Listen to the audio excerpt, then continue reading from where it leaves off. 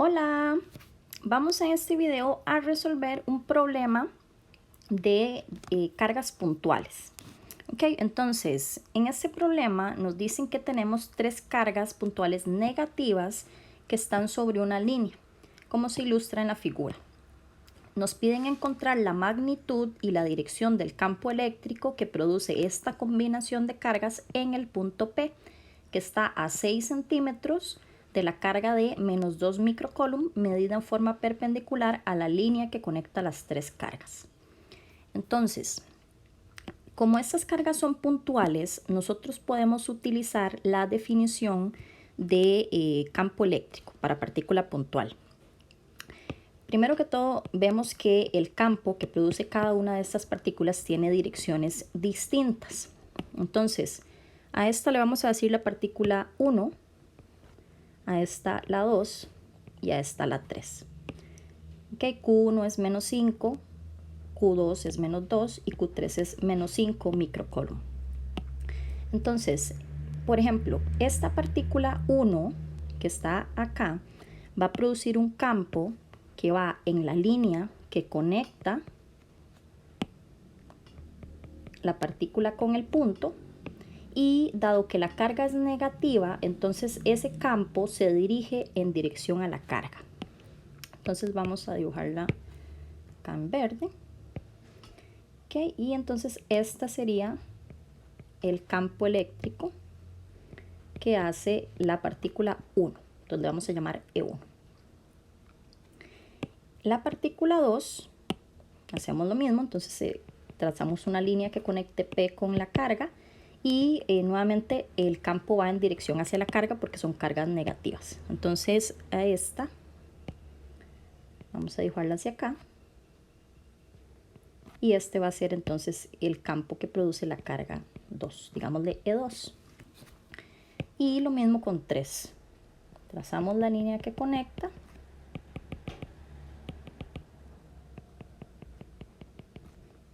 y el campo se va a dirigir hacia la carga por ser negativa.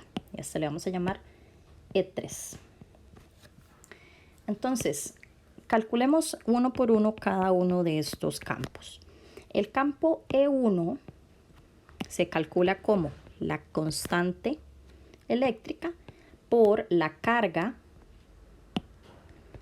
que lo produce entre la distancia de la carga al punto P al cuadrado. Entonces, vean que primero la carga Q1 es menos 5 por 10 a la menos 6. Acá es importante, cuando calculamos los campos eléctricos, es recomendable usar los valores absolutos, ¿de acuerdo? Las direcciones, lo mejor es, digamos, dibujarlas ya viendo el diagrama. Entonces aquí yo voy a usar el valor absoluto de esto. Esto sería 9 por 10 a la 9 por 5 por 10 a la menos 6 entre esta distancia desde 1 hasta P al cuadrado. Vean que esta distancia la podemos encontrar por Pitágoras, ¿verdad? Vean que esto aquí se forma un triángulo. Esta base mide 6 centímetros y esta altura mide 8. Por lo tanto, esta distancia, digamos de R1, sería raíz cuadrada de 6 al cuadrado más 8 al cuadrado. Entonces, aquí a la hora de elevar R1 al cuadrado, nos quedaría así. Y, bueno, muy importante, voy a ponerlo en metros. Entonces sería 0.6 al cuadrado más 0.8 al cuadrado.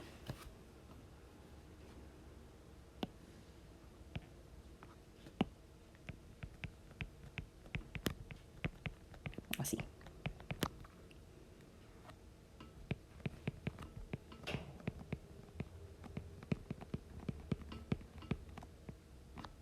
Okay. Entonces, evaluando esto nos va a dar 4,5 por 10 a la 6 newtons por coulomb. Esta es la magnitud. Okay. Recuerden que la magnitud siempre es un número positivo. La dirección ya sabemos que va como hacia arriba y hacia el oeste, digámoslo así. Bien, la carga Q3, vean que también tiene una magnitud de 5 microcoulomb y está a la misma distancia.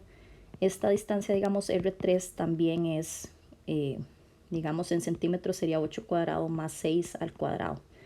Ok, entonces este campo y este campo son el mismo, ¿verdad? Ya que las cargas son iguales, están en la misma distancia. Entonces a este le vamos a llamar también que este es E3.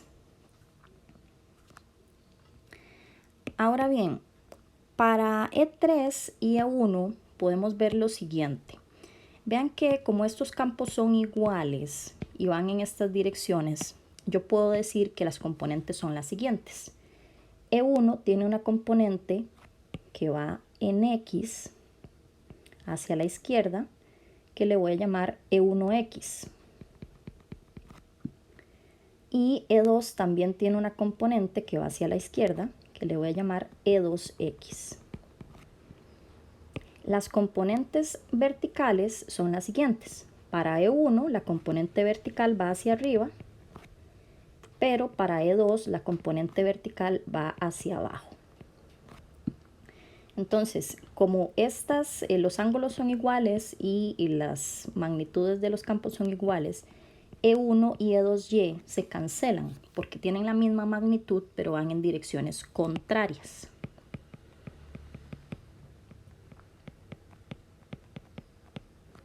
Ok, entonces esto es muy importante porque eso nos dice que básicamente no vamos a tener una componente en Y, ¿verdad? En esta configuración para el campo eléctrico. Nosotros podemos calcular estas componentes de la siguiente manera. Vean que acá se forma un triángulo. Ok, ese triángulo tiene un ángulo θ, tiene este lado mide E1 y este mide E1X. Y yo necesito E1X.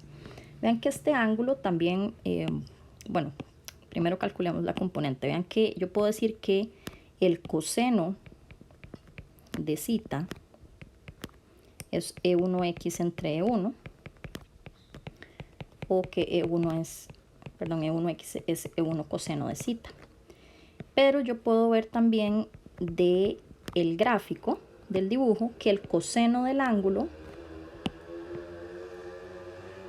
es igual a todo esto que mide de acá a acá, que son 6 centímetros, entre la hipotenusa, que es R1. Okay, ambos triángulos, digamos, comparten el mismo ángulo. Esto es 6, esto es 8. Y esto de acá, si uno hace Pitágoras, esto da 10 centímetros. Entonces yo puedo decir que el coseno de θ sería 6 entre 10, adyacente entre hipotenusa, o sea, 0.6. Por lo tanto, E1X sería E1 por el coseno de θ, pero E1 era 4,5 por 10 a la 6. Y esto nos da 2,7 por 10 a la 6 newtons por coulomb. ¿Ok?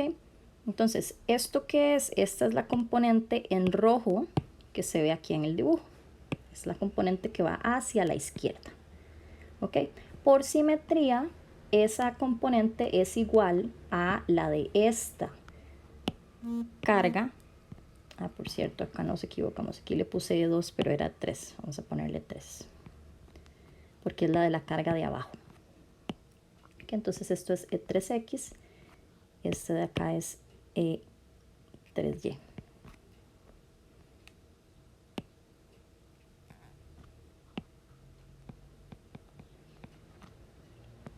Ok, entonces esta también es E3X. Son las dos que van hacia la izquierda en el dibujo. Ok, entonces ya calculé el campo debido a la carga 1, el debido a la carga 3 y me falta el de la carga 2. Este es más sencillo ahora porque ni siquiera tenemos que hacer Pitágoras. Esta carga Q2 nos va a producir un campo que va a ser KE por Q2 entre R2 al cuadrado. Entonces sería 9 por 10 a la 9 por la carga 2 es de menos 2 microcoulomb.